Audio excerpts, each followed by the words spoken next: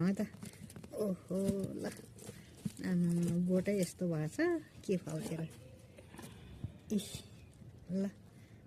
यति फल्यो रहेछ आमै कस्तो आलु ल यहाँ यति रहेछ है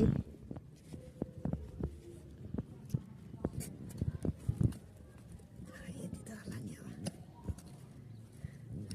खै छैन अब यति हो खै अब त्यो अर्को बोटमा हेरौँ त यसमा कति फलेको छ हेरौँ है त ओ यसमा पनि रहेछ ल दुईटा खै अरू त छैन जस्तो छ बोट त यत्रो छ अनि के फल्थ्यो र ल अब यसमा कति छ हेरौँ है त ओ यसमा त अलि ठुलो रहेछ है घाउ लागेछ ल कति एउटा मात्रै हो क्या हो जस्ट वान पिस ल छैन त यो त बिउ आलु हो कि त्यो खै अब यसमा हेरौँ है त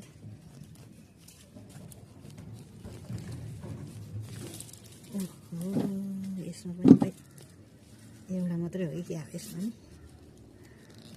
ओ रहेछ रहेछ यसमा त ठुलो रहेछ त है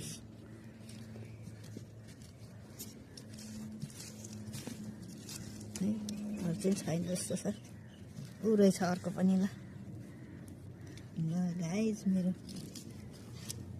कौसीमा आलु फलेको हेर्नु है ऊ अर्को पनि पायो ल यति नै होला ल साथीहरू हेर्नु यहाँ आलु पनि छ रायोको साग पनि छ लसुन पनि छ है अनि प्याज पनि छ ल मल्टिपर्पज कौसी गार्डन हेर्नु है मेरो